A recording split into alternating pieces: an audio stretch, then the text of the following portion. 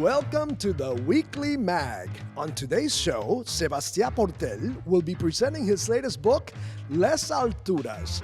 We'll be hearing the solo debut of the singer from Alella, Mireia Vilaseca. How do they make human towers upside down? We'll be talking with a member of the Colla Castellera of Sydney. And much more on the Weekly Mag, your TV show in English, hosted by Marcela Topor. Hello and welcome to the Weekly Mag. Today's first guest is a young and prestigious Mallorcan novelist and playwright based in Barcelona. After the good reviews from his last book, Les Nenes que llegien al lavabo, he's back with a novel based on a real character, Les Altures. So we have it here. Congratulations for this amazing book, Sebastià Portell. Thank you very much. Welcome to the Weekly Mag. Thank you. It's a pleasure. Okay, so Les Altures, based on a really amazing and fascinating character, Ismael Smith, a Catalan artist, multi-talented, multidisciplinary, an engraver, an illustrator, a sculptor, but I must confess that I didn't know too much about him, and he had such a fascinating life and career. So, Sebastià, in the first place, who was Ismael Smith? First of all, I have to confess the same. I didn't know the character some years ago. I got in contact with his story and his work in 2017. It was in the Catalan National Museum of Art. They dedicated an anthologic exhibition to his work, and I was fascinated by it. By the time I was writing another novel, Ariel y els cossos, Ariel and the Bodies, and I couldn't imagine that the next adventure I was going to start was about him. The thing is, I wasn't able to stop thinking of it and about all the questions his trajectory proposed to the reader, to the person who stays in front of his works. So I tried to give it a response. Okay. Yeah. You said that you didn't know too much about it. You discover him from this show at the MAC. I think it was called Beauty and Monsters. Yeah. And of course, you start to dig in, you start to investigate this amazing Catalan artist. He lived in New York, he lived in Catalonia, then he moved in New York, and you spent some time in New York yourself. So tell us, how did it go? Yeah, that was by chance. Happy coincidence. Yeah, it was a coincidence. It was just after visiting the exhibition in the museum that I had the chance to have a residency in Hudson, in the New York State, in a residence called Art OMAI with the Institut Ramon Llull. And investigating, doing some research about Ismael Smith, I just discovered that this residence is like 30 kilometers apart from the town, from the village, Irvington, where he spent the last decades of his life. By the time I wasn't writing about him, but I think it was a huge surprise finding this out, and I hope I can go back there soon, so I can visit it properly and with all the consciousness and all the responsibility that implies writing about such a character. Does the cover have anything to do with his home in New York? Yes, actually, the peacock, not only the feather, but the animal itself, symbolizes the Smith family in the States, since they were 5 siblings and a mother. Sadly, their father died really at a really young age, when Ismael was only 13 years old. And they moved all together to New York.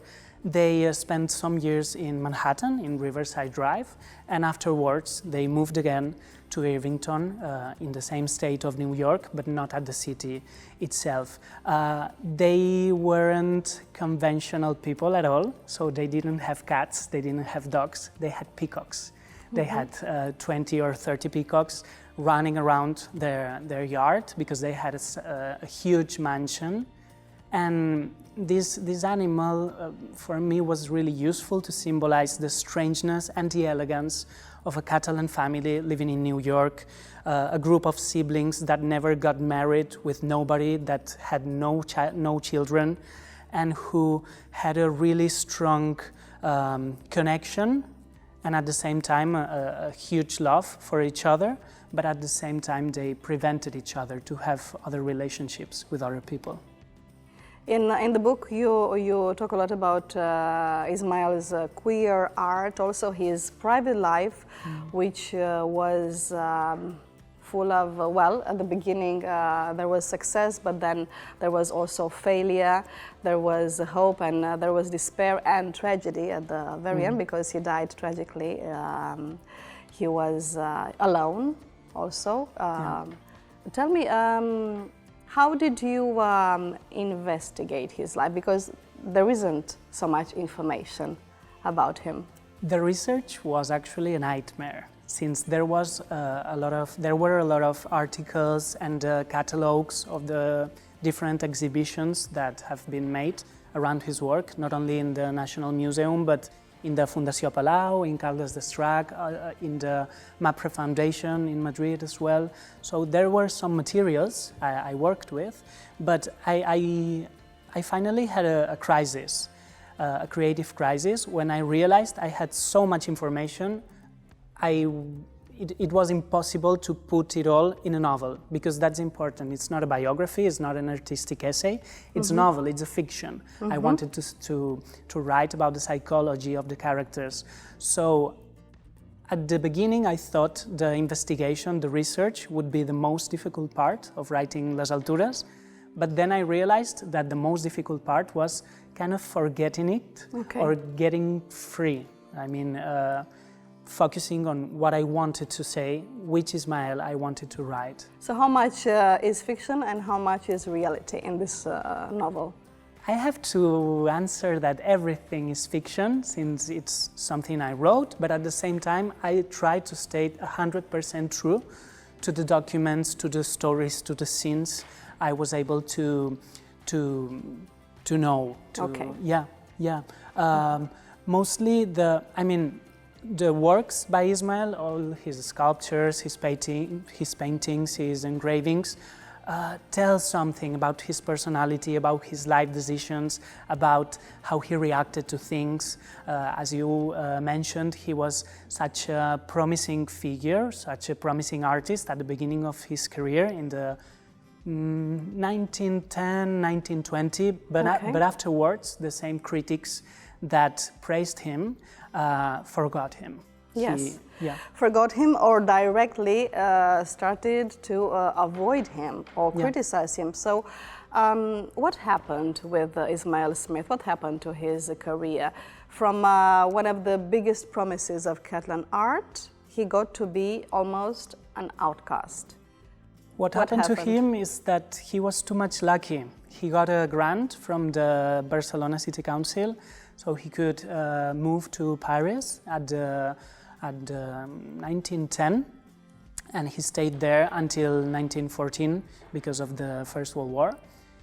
And there he was in contact with the artists of the moment, the pre-avant-garde artists, such as Picasso, people who wrote and painted in magazines and so on. So it was a really fascinating and stimulating scene.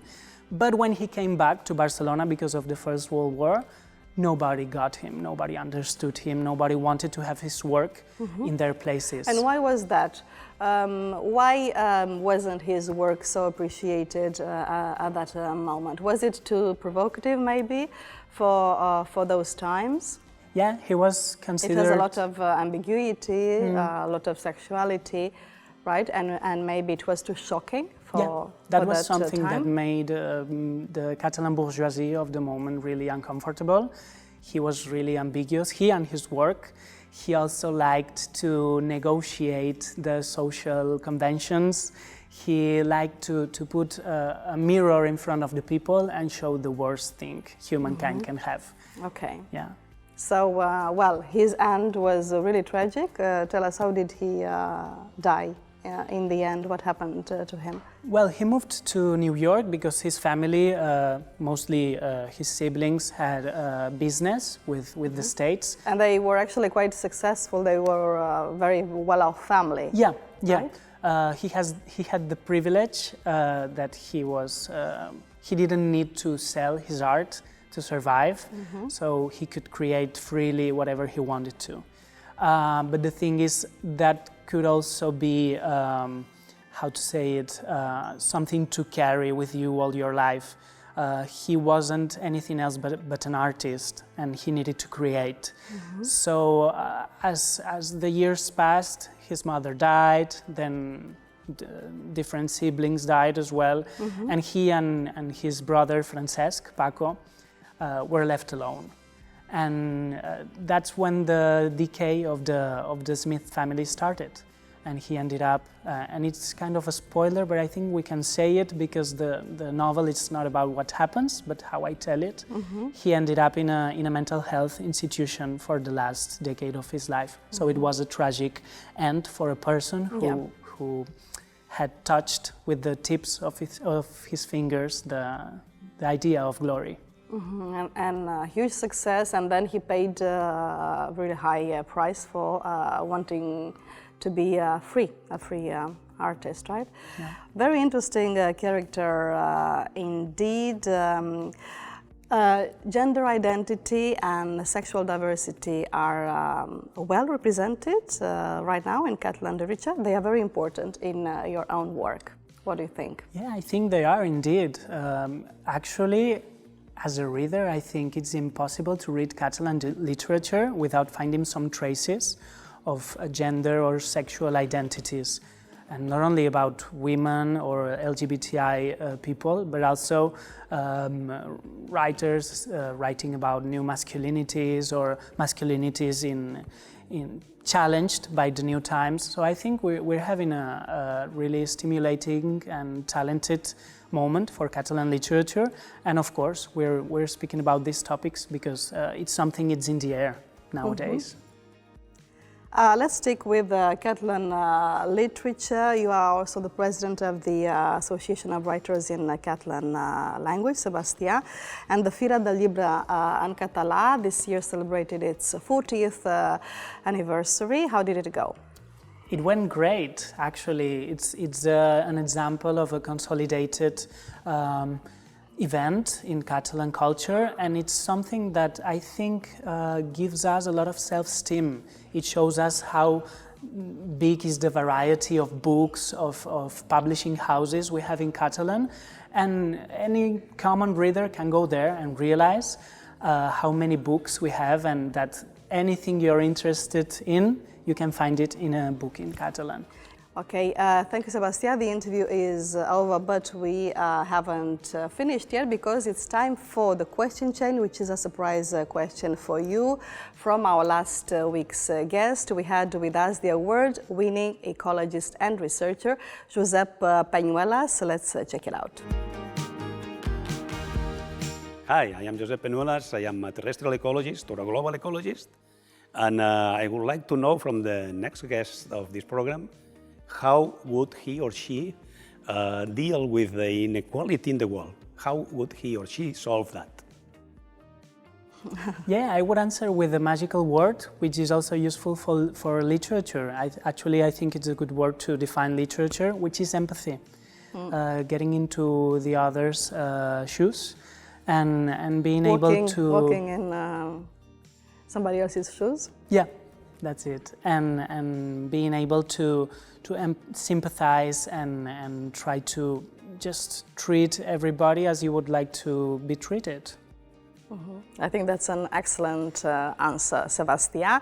And now let's complete this chat today by learning a little bit of English vocabulary or practicing English vocabulary, Okay. maybe. We'll do it by playing rapid fire English with our teacher, Mark Broderick.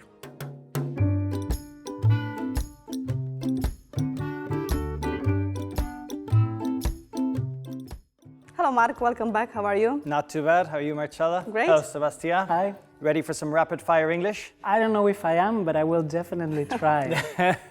Well, basically Well what we do is to try and draw on a topic that you may be familiar with. And I was thinking your book is based in New York, there's art, things like that. And I was trying to pull a little bit of the thread, let's say. And I came up with the idea of graffiti and street art. Okay. Yeah? Yeah, Did sounds you see good. lots of graffiti and street art in New York? Yeah. Yeah? Are you a fan? Yeah, I'm a fan of Basquiat, actually, Ah, yes. which connects with graffiti. Very good, much. fantastic. So this should be super easy for you then, okay? I hope so. So it's relatively straightforward. I'm going to take a word, I'm going to put it into a sentence for you, okay?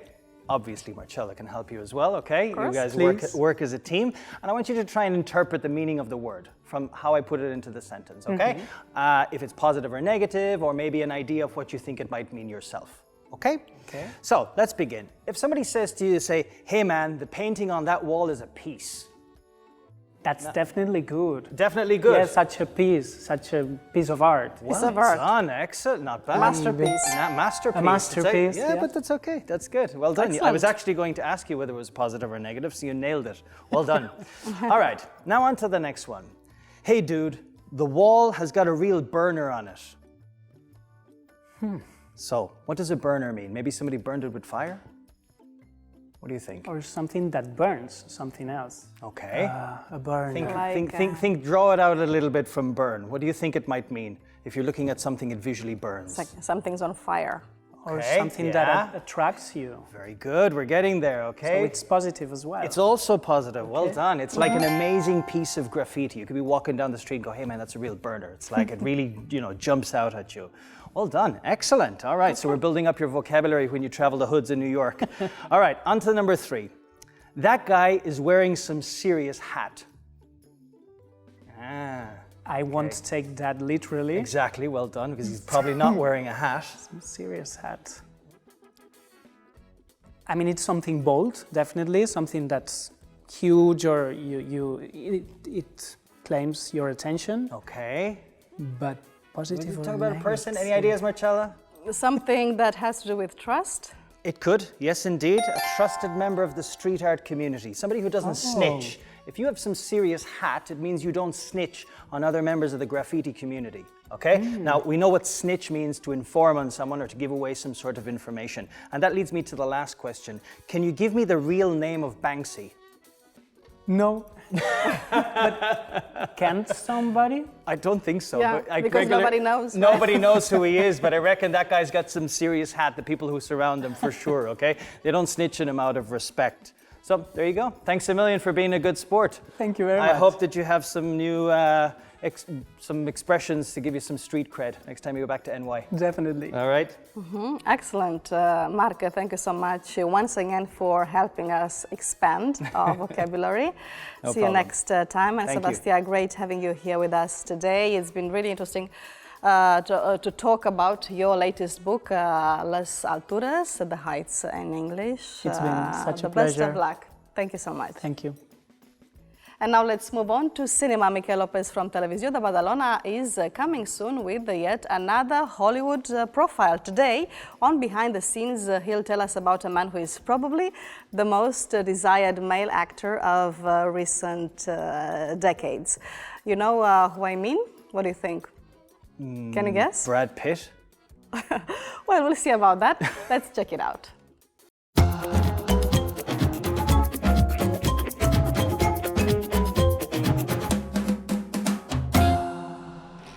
Famous for his movies, but also famous for his looks. He's considered one of the most attractive men in the world, and also famous for his private life. He was married to Jennifer Aniston and Angelina Jolie. I think everybody knows Brad Pitt.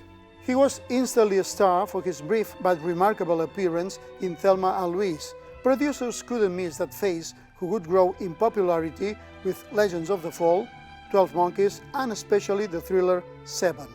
He was a member of the band that led George Clooney in Ocean's 11 and the sequels, the husband in Mr. and Mrs. Smith with Angelina Jolie, later his own wife, and also he played Achilles in the epic Troy. There are too many hits to be mentioned, but Pitt can be seen in blockbusters like The Curious Case of Benjamin Button, Moneyball, or Ad Astra. He's one of the favorite actors of director Quentin Tarantino, who had roles for Brad Pitt in *Inglourious Basterds* and *Once Upon a Time in Hollywood*, his only Oscar as a supporting actor. Well, no doubt that Brad Pitt has evolved into a Hollywood myth since Thelma and Louise. Now, Anna, Priscilla, Magrinha, and Marius, how are you? Welcome. Hi, hello. Are you fans of Brad Pitt? Well, I used to be when I was young. I prefer Long time ago. I prefer George Clooney because of his hair. Good point. Okay, so this season Marius is refreshing our memory with his game before and after, or before or after. Yeah. So what historical fact have you chosen for today, Marius? Well, our relevant historical fact is called iPad. Oh, okay.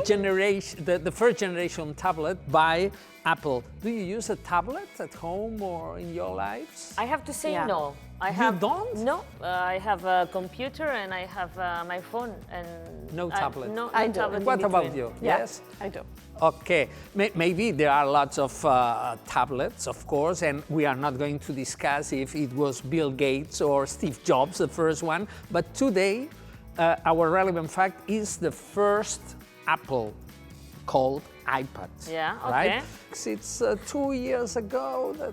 For sure not 2 years ago. Not 2 years but ago. Maybe. And I think this is the first time you're playing this game. Yes, and I have to say I'm really bad at it. So if you don't have a tablet, you have an excuse. I don't know. Maybe can I say a number? Yeah. 15 years ago. 15. It's approaching. What would you say? How many years ago? 2010. 2010, so 12 years ago. That's okay. That's a good point to start. Okay. And now I'm going to tell you 5 facts. Yeah. And you have to keep in mind, just don't tell by now, if they were before or after that time. It was on, in fact, we have here on the 27th of January in 2010. That was Steve Jobs announced it, the first iPad, right? Our first fact, Pep Guardiola's Barça wins the triple crown. That is, and I can sing it for you, Liga, Cup, Champions. Do you remember that song? I do, I do. Okay, that's... We haven't sung that much lately. No, that's a very old song, but this is the first one. Okay. Don't tell, but you keep in mind before or after the iPad. Second one is about Amy Winehouse. She dies of an alcohol overdose, right? Do you like? Oh, I really like her songs, Yeah, of course. But I don't remember when she died. I remember she was 27. Yeah, that's a good point. She's from the club of the 27, but no, I don't remember. And you remember some of her songs. I'm sure. Don't sing them now if you don't. No, don't worry. I'm not going to sing. Well, but that's a good point. You sing well. Thank you.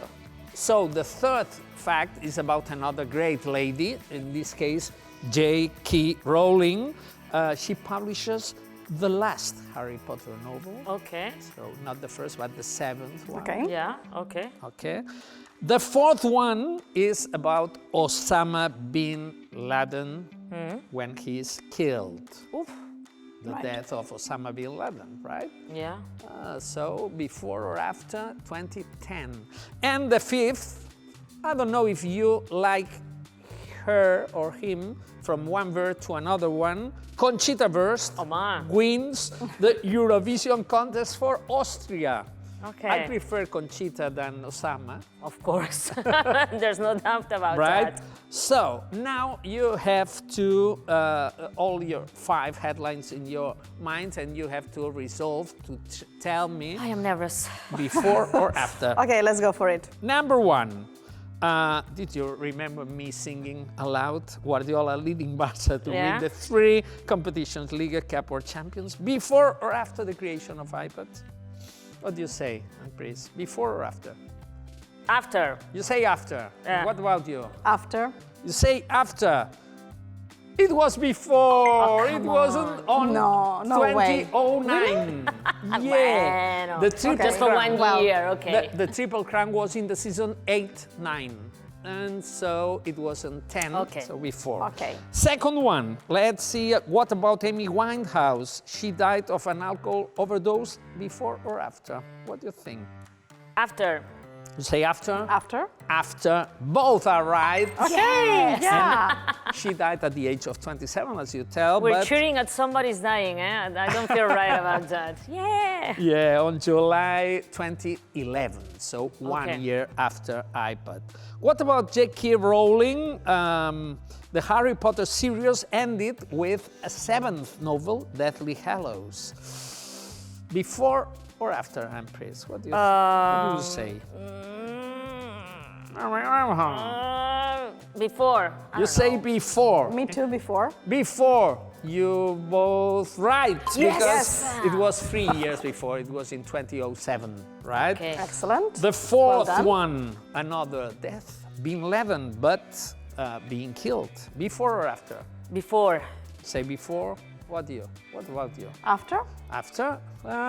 She is right. Oh. After. She's the boss. I did She's it the on boss. purpose. Because Barack Obama announced that he had been killed on May the 2nd in 2011, so 1 year after. And the last one, what about Conchita Wurst? The drag That's easy person for and you, openly Anna, gay. please. It's easy Go for for me. it. Oui. I think so. What do you say? I'm gonna say after. But You say after.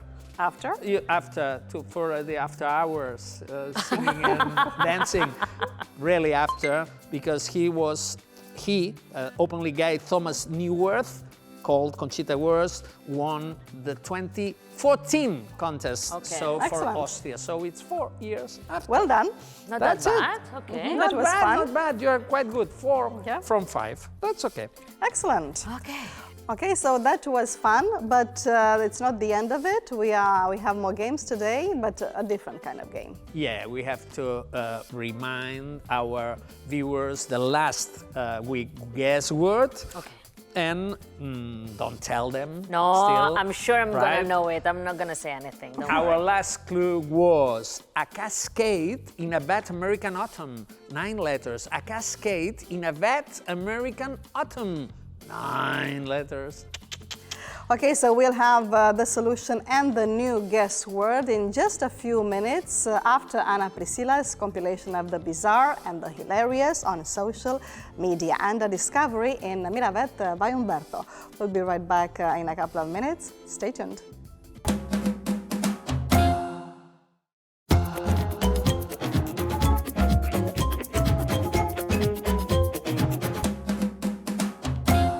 We are back with Mario Serra and Ana Priscilla Magrinha, who has put together a collection of surprising tweets. So did you find any videos about a specific topic for today? Well, you know, I love animals and I would Yeah. like to start with animals. I'm not going to ask you anything. I'm a nice person, Marius, so this is not a competition. This is just to have fun. Because animals, they are fun, but they can be helpful as well. They can teach us a lot of things. Just For look example? at this buffalo, for instance.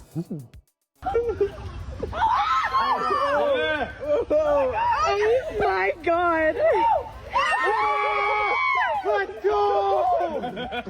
Have you seen it? There's a turtle upside down, and the buffalo helps the turtle. A Isn't buffalo helping a turtle, that's great.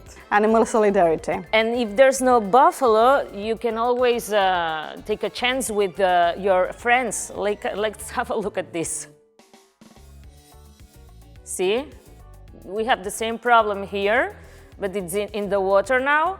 And there's a bunch of colleagues from this turtle. What do you think they are gonna do now?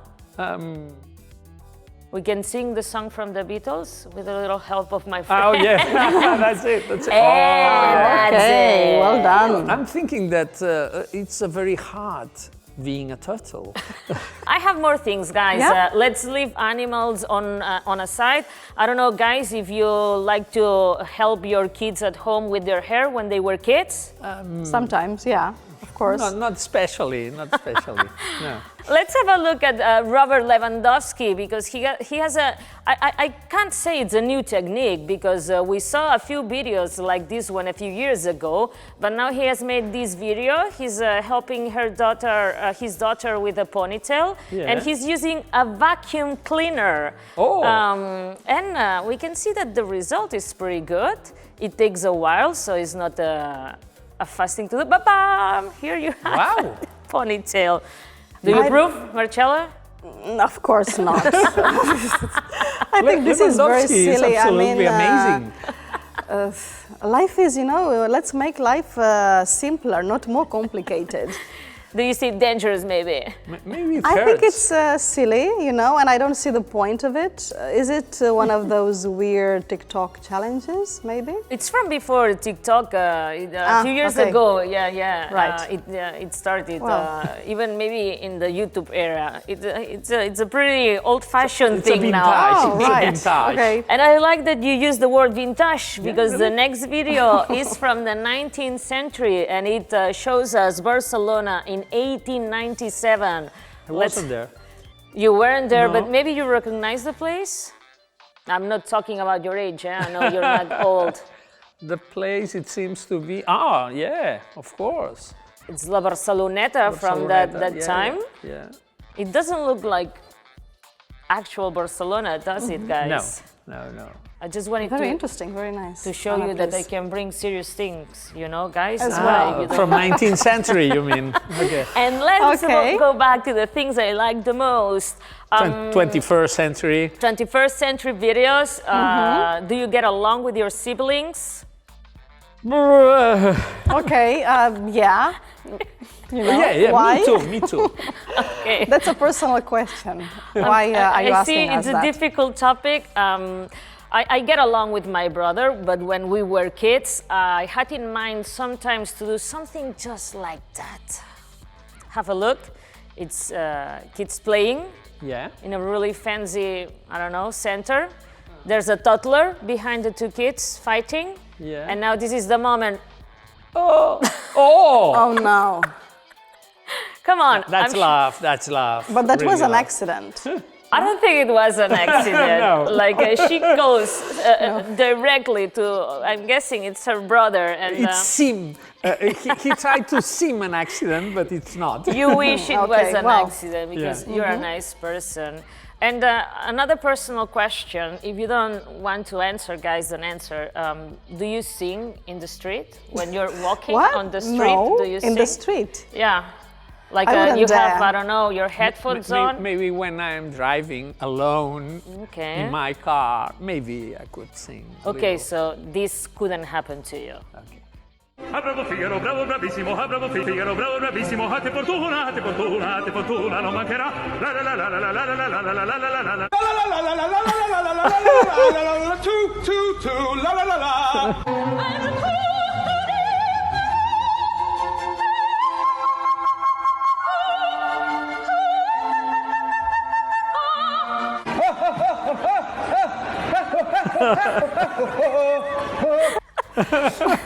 I love his Italian. Pop.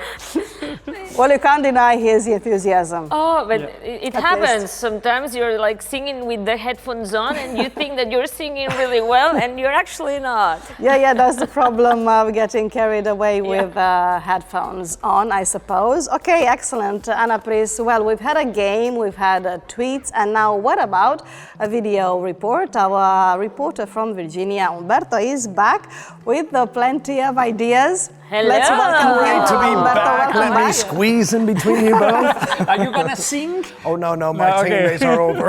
Are you comfortable? I am very comfortable, and I love being back. Yeah, and it's good to have you back. We are all very happy to see you. And let's talk about this report. This season you brought us, you wanted to start with castles and Templars, which I think is a fascinating subject. Yes, but I started out as castles and Templars, and then I went to Miravet, where one of the best Yes. Templar castles is, and I decided to actually expand a little bit and tell you a little bit more about Miravet. Well, I found this great tour guide that you guys are gonna love. He's British. And actually, Matthew Tree would love him as well.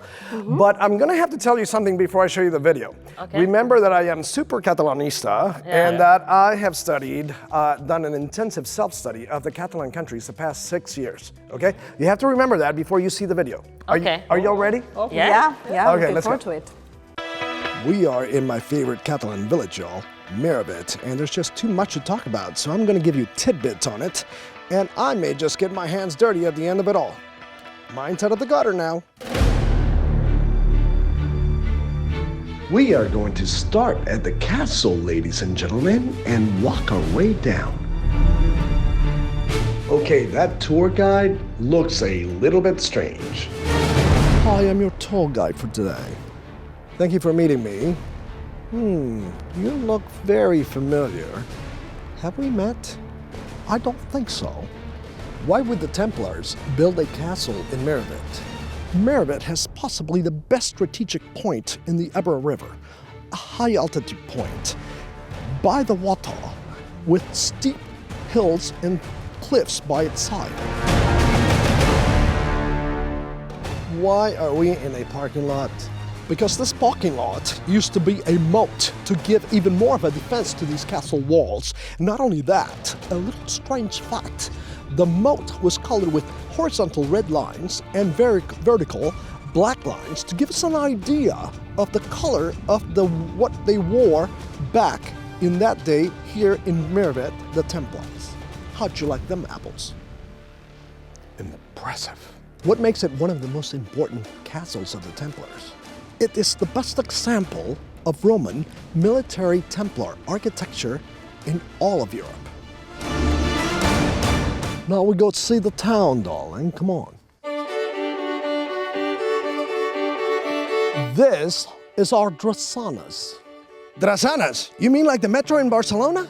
No, darling. Drassanes means shipyard in Catalan. Drassanes is where they fixed these beautiful boats that carried all the ceramics through the river and the rest of this part of Catalonia. We have got to get you informed. I will get better, I swear. When we get down to the dirty stuff, I will be so much better.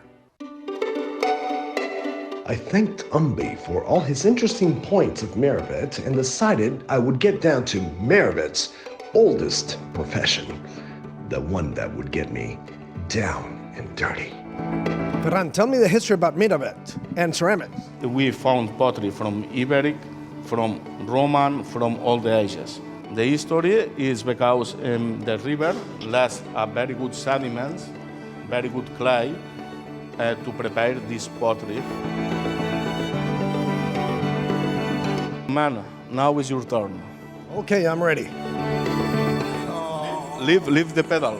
Leave the pedal.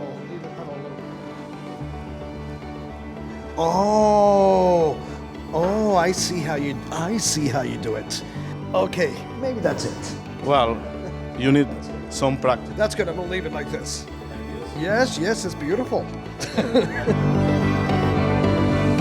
And now for the final part of Miravet, sailing away on the only boat that exists in Spain that sails away with only the current, ladies and gentlemen. No motor, no sails. Only here in Miravet.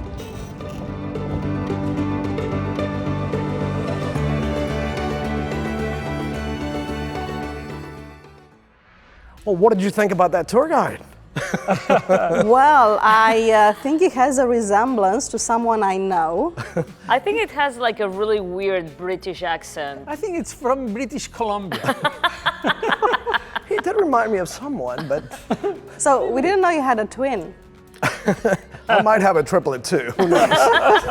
Maybe for the next one, you're gonna have 3 people like you. It was a little bit hard to find somebody who actually spoke English and did the tour guides. And since I've done a lot of historic background on Miravet, I decided to just take it upon myself. Oh, you did a great That's job. your idea of British accent. That's great. Matthew taught me. But the most interesting part about all this and castle is that the moat actually used to be painted with red horizontal lines and black vertical lines, which gives you an idea that the not costumes, what they wore, Yeah. were Outfit. in black and red, not in the traditional white and red, because they had different colors, the Templars. And they don't know which ones carried which colors in which area. But because of the moat, it kind of gave you a little bit of an idea of where to go. Thank you so much, Umberto. And now there's only one thing left to do, and that can only be, Marius, the guess word. Well, first let's solve the last week guess word. And the clue was a cascade in a wet American autumn. 9 letters. And the answer was, what do you think? Umberto, Cascade. the answer was... A waterfall? American waterfall. That's great. Exactly. Hey. A waterfall is a cascade, of course, and as you know, in American English, Umberto, Yeah, it's the best English. the 4 seasons are winter, spring, summer, and Fall. Okay. Okay, and So- we continue with... We have a new one, and we'll make an original approach because we are going to use this word to make a new guess word, right? This waterfall is not good for your eyes. 8 letters. This waterfall It's is easy. not good for your eyes. It's easy. 8 letters for your eyes. Yeah, that one's easy. You might actually have it in Spanish or Catalan also, Yeah. I think. Yeah? You do have it, right? We have. Okay, that was all very interesting. So, can you crack the guess word? Find it on our social media profiles and post your answer there. As always, you'll have the whole week before Marius brings us the answer next Saturday. Well, Marius, Umberto, Anna, please, thank you so much. Thank you. See you all next time. See you soon.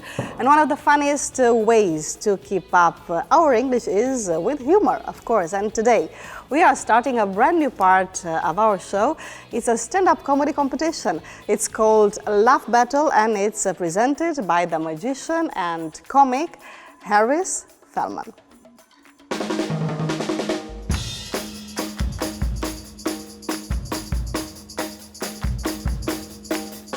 Hello, everyone, and welcome to the Weekly Mag's news segment, Laugh Battle. Believe it or not, there's a really great comedy scene here in Barcelona. All English-speaking comedians, there's about 50 or 60 of them that all perform comedy here each and every week. And the Weekly Mag thought it would be fun to have not only showcase them, but also to have them come and compete each other for who is the funniest comedian on the show. We have 3 comedians here, and we have 3 judges as well, and the 3 comedians are all going to be competing for, well, your laughs, hopefully. Before we do that, though, I should probably tell you how it's going to work. Each comedian is going to get 30 seconds per round. There will be 3 rounds, and the winner of all 3 rounds becomes the winner of this episode, and at the end of that, we're going to have that 3 times, and then at the end of the year, we're going to have them all come back, or whoever wins, and compete against each other as well. So at the end of the 30 seconds, the comedians will hear this sound, and that's going to give them 5 more seconds, and after that, they're going to hear this sound, and they have to get off the stage when they hear that, okay? So that's how it's gonna work. So first, let's go ahead and meet the comedians really quickly. Our first comedian is John Alice. John owns a comedy club, an English comedy club here in Barcelona. John, what were you thinking? Yeah, I have no idea. We decided to start an English comedy club in the middle of a pandemic in a non-English speaking country, but I thought it would be fun. What's the name of the club? It's called the Comedy Clubhouse. We do shows in Spanish and some in Catalan as well. Actually, Chris has done a show in Catalan for us. Well, speaking of Chris, Chris Groves here. He runs a comedy course called Find Your Funny. How do your students feel about it? Well, hopefully they're laughing, so that's the only sign I have, really. They seem to enjoy it. It's called Find Your Funny because it's about each person finding their own style. And then we also have Helen Lambshead, who works at a local accounting firm, probably the funniest job out of everybody. Yeah, well, you know, actually, I am a bit of an introvert. People find that weird about comedians, but they can be introverts. And so, yeah, I like the fact that spreadsheets don't talk back. All right, well, that's good. Well, don't let Helen's non-funny job fool you. She wins a lot of competitions around town, whether it's a drunken debate or a roast battle. She's always winning all sorts of competitions around town, so maybe she'll win it here as well. Well, all of that said, are you guys all ready to get started? We're ready. Oh, yeah. Ready? All right, well, let's bring up our first comedian, John Alice.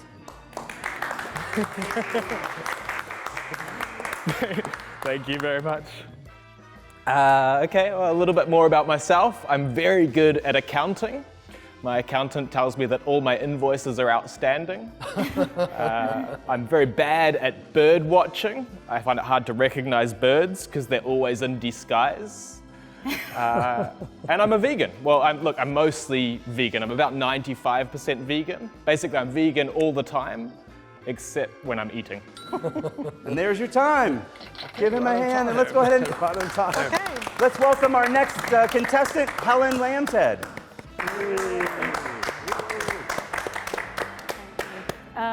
So I have been single for a long time, so I bought myself a boyfriend pillow.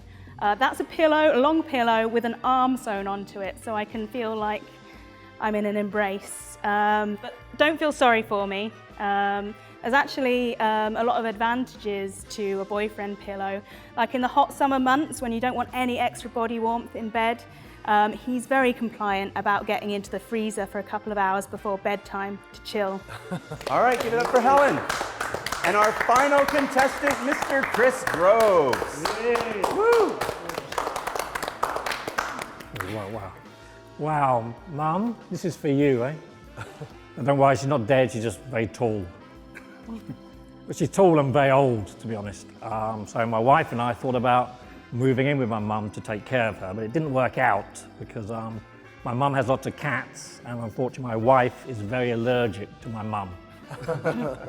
All right, well, there's Chris Groves. All right, give it up for Chris. All right. All right, well, that's the end of round one. What do you guys think so far? Do you have a front runner or favorite joker? Well, I think I may need subtitles with Chris. You didn't understand his British. Well, I understood most of it, but I would have liked to have a few subtitles over there, but it was really good. Chris and everybody else as well. Great, great. All right, we're going to go ahead and start round two with Chris Groves.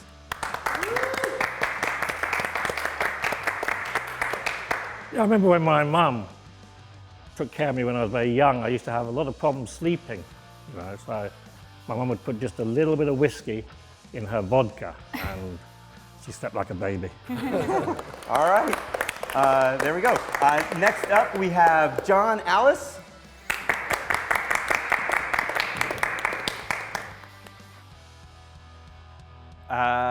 When I was a kid, I was terrified of losing a limb, like an arm or a leg. I thought it would be the worst thing in the world to lose a leg specifically, but I realized recently as an adult that if you lose your left leg, your right leg is left. So you'll be all right. All right, last and not least of this round, we have Helen Lambshead.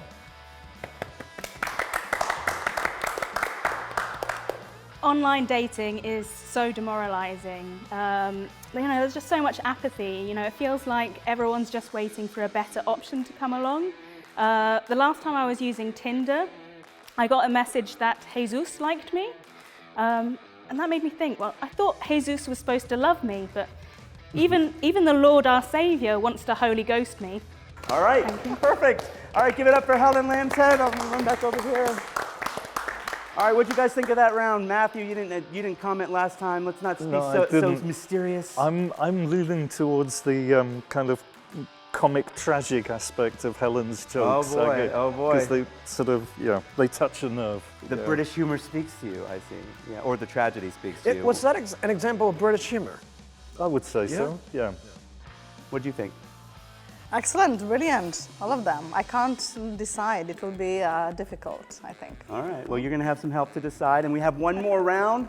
The final round, you guys can probably figure out the order. Hopefully you guys can figure it out too. First up, we have Helen Lambshead.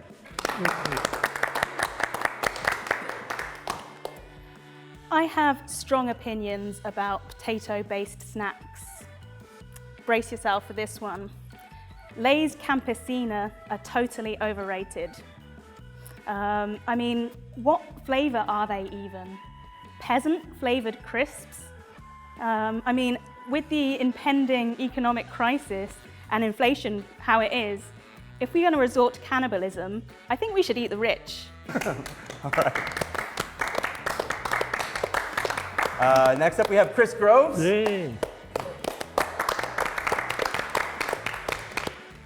Yeah, I had a difficult childhood, you know, because every couple of months my parents had to keep moving home when I was growing up because I kept finding them. And, you know, that's a joke, eh? That's a joke. I had a fairy tale childhood because my dad took me for a walk in the woods and abandoned me. I'd keep talking, eh? But my dad used to say, son, because he couldn't remember my name. He used to say, son, you got to know when to stop. He was a bus driver. My other dad used to say, other son, you got to leave him hungry for more. And that was not so good because he worked in famine relief. Wait, that's your time. I want to do that. When can I do that? I want to touch that button. You want to touch this button? Yeah. It's this one right here. That one? The bottom I just left. want to do it for once. I love it. All right, give it up for your three comedians and your 3 rounds. Oh no, I'm sorry. We had one more. You got me so excited with the screaming. Was that a joke as well? Oh, and sorry, John. We don't have time for you. No. The third and final contestant of the 3rd round, John Alice. Yay! Thanks, Harris.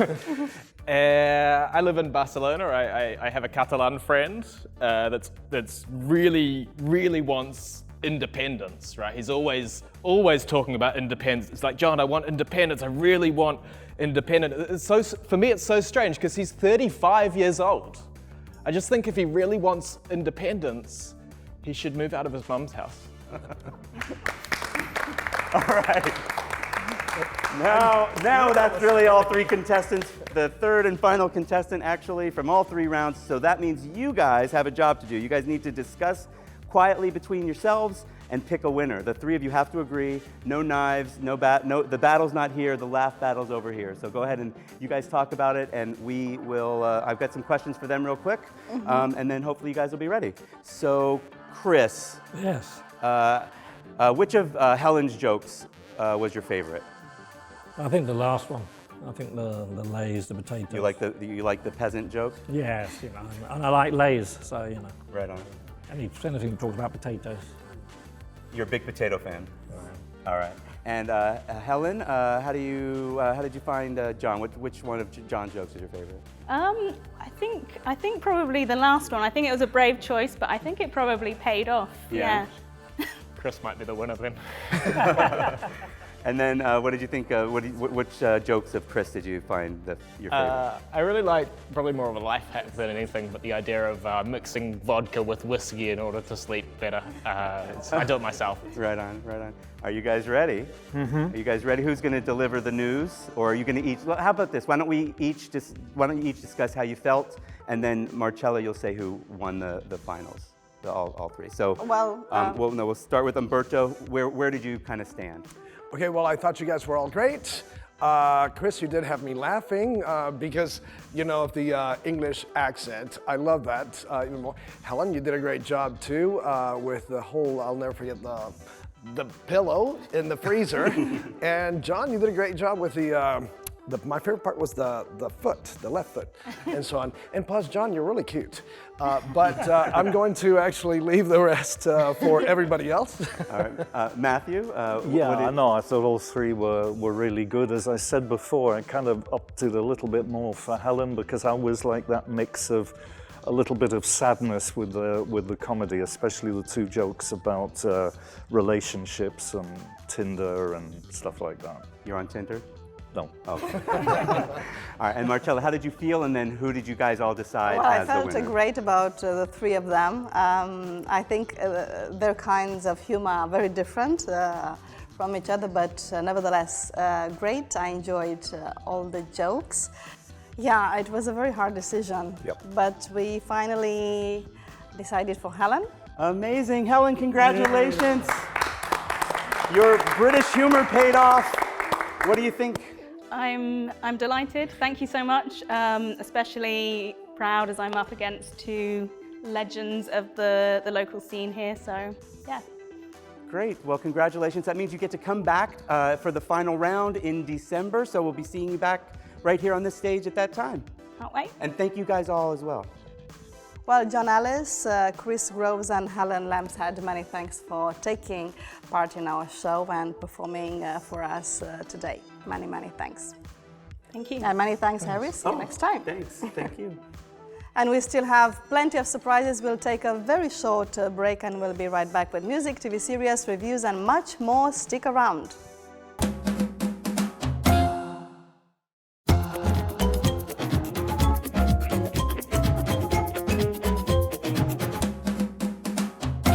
We are back now with Tony Della Torre and Matthew Tree, ready to talk about TV series and songs. Hello, welcome back. Hi. How are you? So Matthew, what was the experience like being a member of the jury for the first time?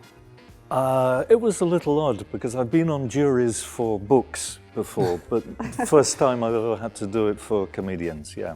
Well, Matthew, I couldn't help noticing that all the musicians you've talked about so far are all men, but I'm pretty sure there are some female musicians and singers out there as well. Just a few. Yeah? Yeah. For example? Just a few 100,000.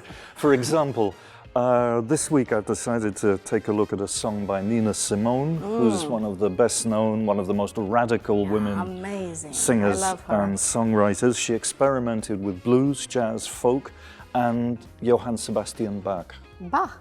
Because That's she one uses, thing I didn't know. She used counterpoint. I had to look this up, but counterpoint is that sometimes her voice and each of her hands produce three different but complementary melody lines. So she would be playing with three different melodies at the same time. And Genius. she got a lot of respect from that, from major musicians. And in 1967, she brought out a very famous civil rights song, perhaps the best song about anti-black prejudice ever devised. And the lyrics were written for her by Langston Hughes, who was one of the most famous African-American poets of the first half of the 20th century. In fact, the cameras won't pick it up, but I'm wearing a Langston Hughes t-shirt at the moment with one of his books, Shakespeare in Harlem. Excellent. And he wrote this song for her, especially for her. Sadly, he died in the same year the song came out, 1967. But of course, he was part of the Harlem Renaissance, which was big in the 20s and 30s. So he didn't get to hear the song then? He must have, I think. He must have heard at least a version of it from her. I'm almost certain that Shall that's we the case. have a look? Yeah, it's called Backlash Blues. Mr. Backlash, Mr. Backlash, who do you think I am? You raise my taxes, freeze my wages, send my only son and son to Vietnam. You see what happened then? You give me second-class houses, second-class schools. You know all colored people in this country got to be second-class fools. And it's true now. There you go. She's amazing. Mr. Backlash is the white oppressor, if you like, because a backlash in English is when you try and rise up and someone pushes you back down again. You get a backlash. And she just says, you raise my taxes, freeze my wages, you send my sons to Vietnam, you give me second-class houses, second-class schools. Do you think all colored people are second-class fools? So in just one verse, she's got unfair taxation, low wages, the war in Vietnam, poor schooling for black people, and manages to get in a couple of questions directly. Really powerful stuff indeed, but it also sounds a bit desperate, maybe? Yeah, but as the song goes on, she turns the tables against Mr. Backlash, against the white oppressor, for example. But the world's big, big and bright and round, black and round, full of other folks like me who are black, beige and brown. I'm Backlash and Kissinger. I'm gonna leave you and you already got her. the blues. Wow. There you go. And she says basically the world is full of folks like me who are black, yellow, beige and brown. And Mr. Backlash, I'm going to leave you. And she says, Mr. Backlash, and then Kissinger. Kissinger was the national security advisor for Nixon and Ford at the time. And that's the key line at the very end. That's why she stresses it. She says, I'm going to leave you with the backlash blues. In other words, this is going to come back on you in the end. We could listen to the end when she makes this last point very, very clear. It's just 3 lines. And I've changed the concept because in the Montreux version, she goes into a long monologue about Langston Hughes and their friendship. So this is a slightly earlier concert where she sings the end of her song. So I'm telling you, warning you, telling you, yeah, my I'm gonna leave you with the blues,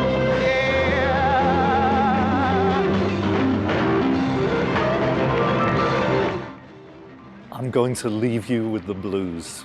So that's her final message. Amazing performances indeed. And I see what you mean about the counterpart and Bach. Yeah, there you go. And she's also really angry. I mean, she was very angry about racism.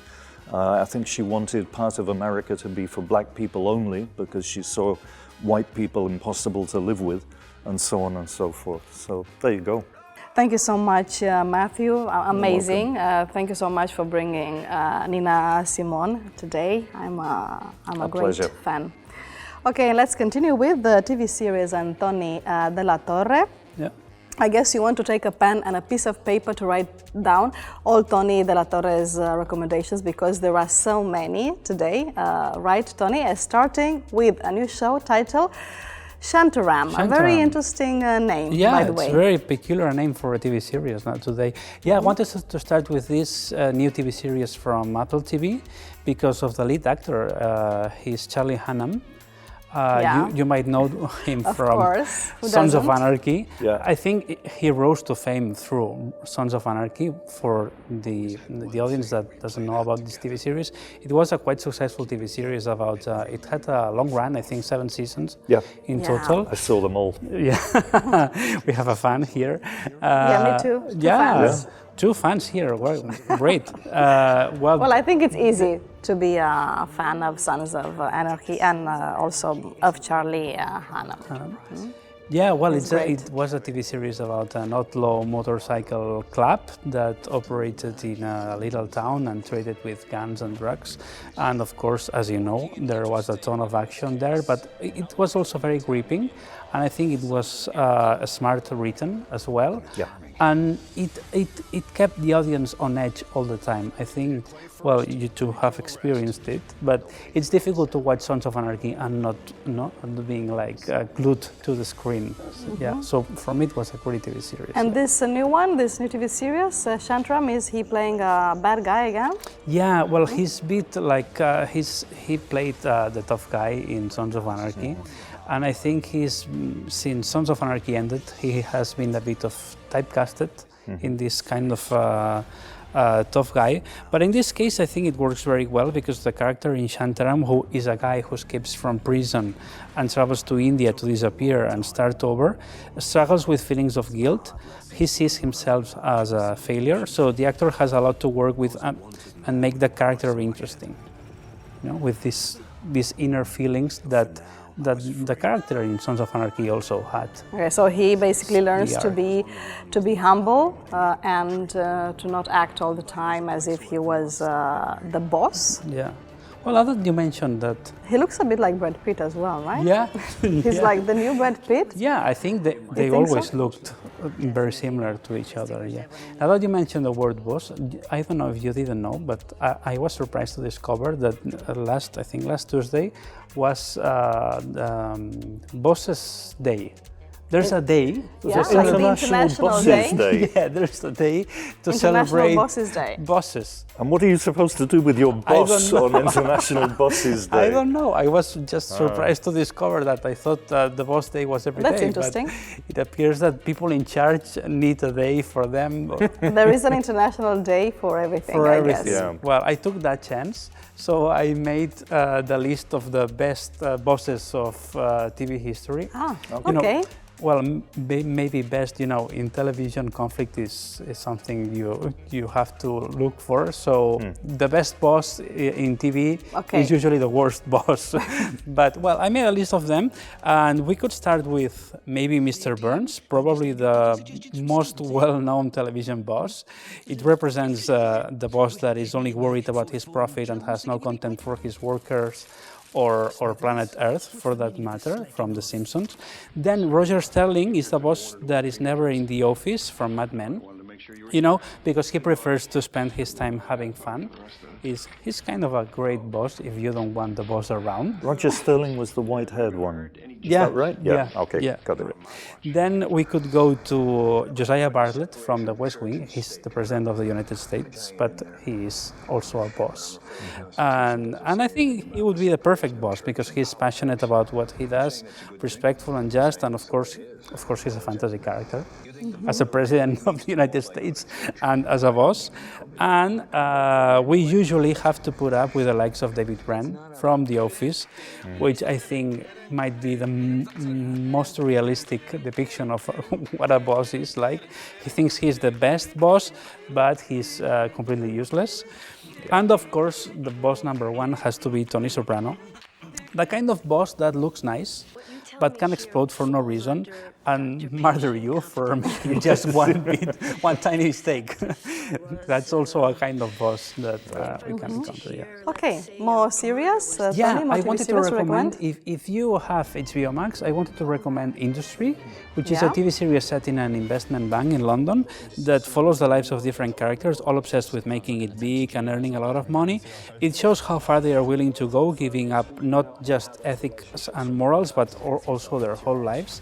And season 2 has premiered recently, and if you like TV series like Succession, I think you might try this. I think you'll like it. And another TV series I wanted to recommend, it's not in English, so it's not useful to practice the language, but I think it's very interesting anyway, and I think it deserves your attention.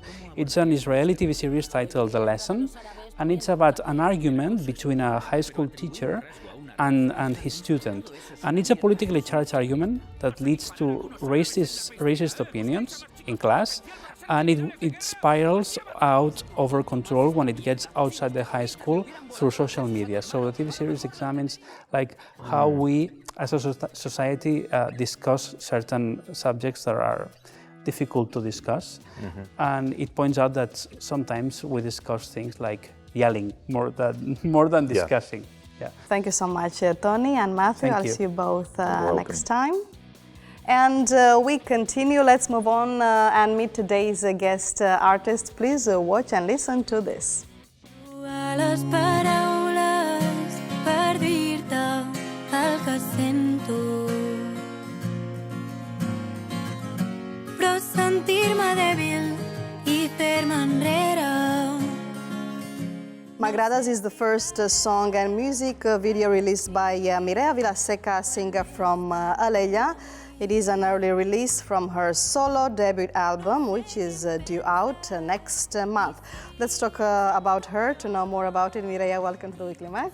Well, and hello. Hello, it's a pleasure. Mireia, M'agradas, this song talks about this special moment when you start growing feelings for someone. Tell us more about this song. So I was falling in love with a person and I didn't know how to tell her about it because I was too nervous and I didn't know how she would react. So I just wrote the song one day that I was alone in my house and I sent it to her. Well, okay, I see. Let's talk about the second song, another new song that you prepared for your first album. I know there is a really nice story behind it. Yes, the next single will be Rafaela, and it's a song that my father wrote. He and my uncle found a love letter from Pancho, that was her lover.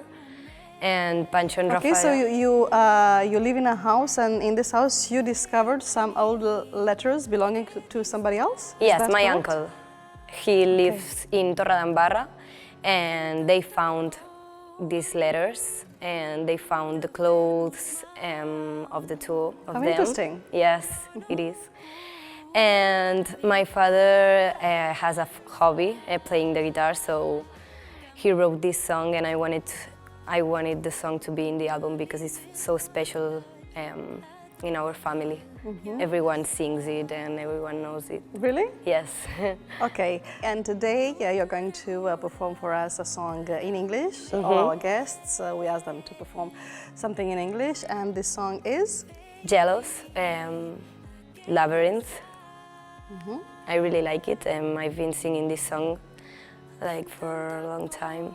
Why have you thought about this song for today? Because I think this song, I can do high notes, and I can give all my voice, and I can be soft as well.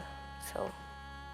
Looking forward to listening to you, Mireia. Thank you so much for coming to our show today, and good luck with your solo career. Thank you for inviting me. And Mireia Vilaseca will be closing our show today with her voice, but we have one last surprise up our sleeve. You might know that there are human tower groups in many places outside Catalonia, but did you know that there are Castellers in Sydney at the other end of the world? Well, it's time for our worldwide talk.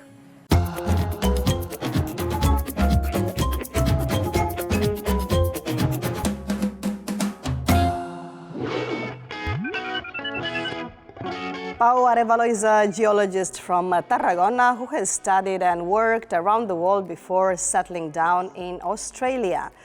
Pau had been a Casteller in Catalonia, and as soon as he heard about the Castellers de Sydney, he became a member. Pau, welcome to the Weekly Mag.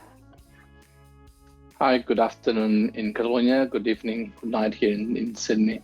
Tell me, how did you end up in Sydney in the first place? You are from Tarragona, and I know that you traveled around the world. You've been on 5 continents. So how come you finally settled down in Sydney, Australia? Yeah, that's correct. I started, I'm a geologist, so I did a lot of traveling for work. And then I eventually came to Sydney, to Australia, to study, in first place, English. I wanted to learn English, and at the same time I wanted to study something related to my career, like my business, to geology. And while I was at university, I've got a job offer. I also met the girl that now she's my wife, and eventually job and partner, and decided to stay here. Well, tell me about the Castellers de Sydney. I know it is an initiative linked to the Casal Català of South New Wales, right? That's correct. The Castells started as an activity from the Casal. One day the Casal thought it would be a good idea to try to do some Castells, considering we had a couple of people who came from Castells de Barcelona. Okay. And they organized this activity thinking it would be just something to have fun for a weekend, and lots of people turn up, lots of people showed interest for it, and we decided it could be a good idea to take it forward and then maybe rehearse every Thursday. And the group started growing and growing, and eventually we became a proper team, a proper colla. Excellent. When you said that a lot of people started to take interest in it, you referred to Catalans and Australians as well? Not many Australians at the beginning. It was mostly Catalans, Basque people, like people from the Basque country, French, Italians, because we have a lot of students in our ranks. Okay. They bring colleagues from university, and so we had this mix of nationalities in our group. Excellent. Apart from the Colla, are there many Catalans living in Sydney? Yes, unfortunately there are lots that don't come to Human Towers, but there are. When I first came to Australia, there was very few of us, but in recent years, especially after the financial crisis in 2008-9, the number of Catalans has increased considerably. Why do you think that happened, Pau? Why do you think there are more and more Catalans who want to live in Australia?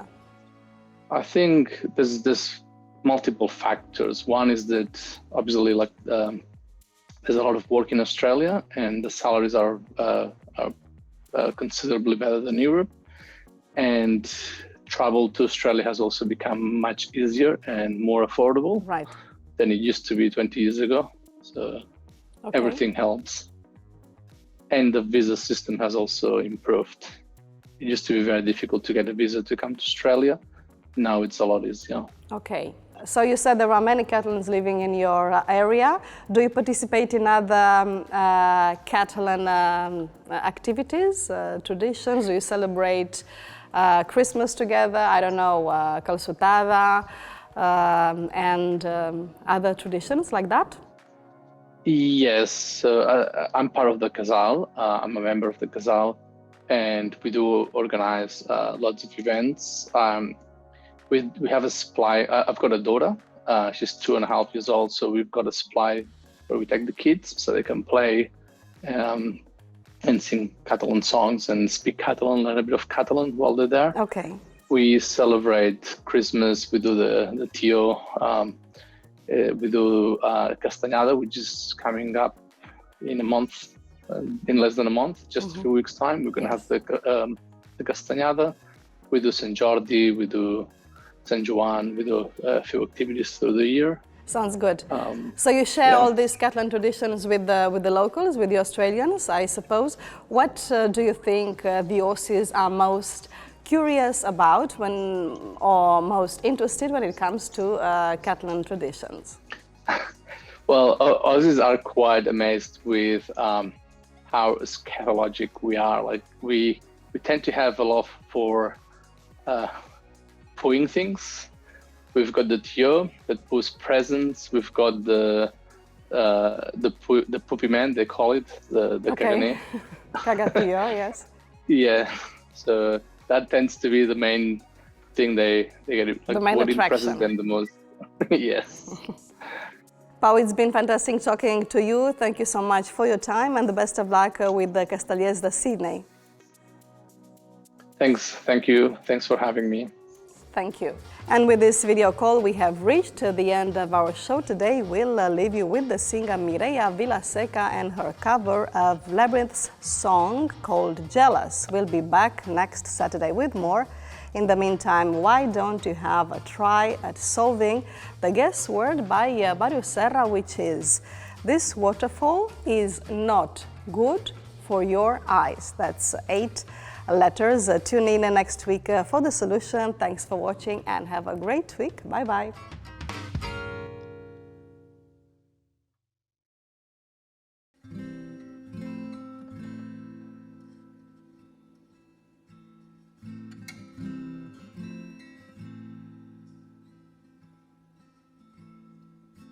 I'm jealous of the rain that falls upon your skin. It's closer than my hands have been. Oh, I'm jealous of the rain. I'm jealous of the wind that ripples through your clothes. It's closer than your shadow. Oh, I'm jealous of the wind. 'Cause I wished you the best of all.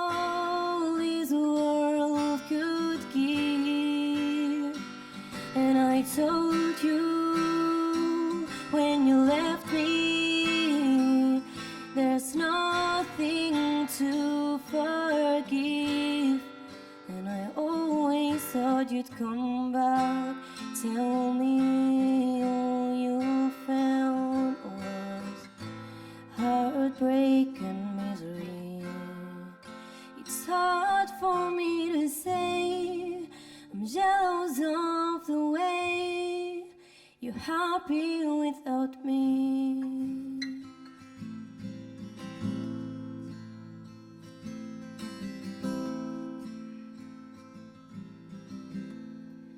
I'm jealous of the nights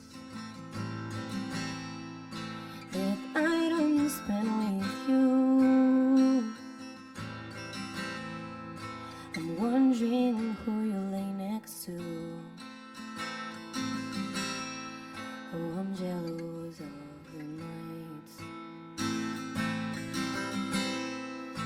I'm jealous of love. Love that wasn't here. Love for someone else to share. Oh, I'm jealous of the love. And I wished you the best of all these worlds could give. And I told you when you left me, there's nothing to forgive. And I always thought you'd come back. Tell me all you found was heartbreak and misery. It's hard for me to say I'm jealous of the way you're happy without me. Trobar les paraules per dir-te el que sento, però sentir-me dèbil i fer-me enrere, no sé si t'agrada.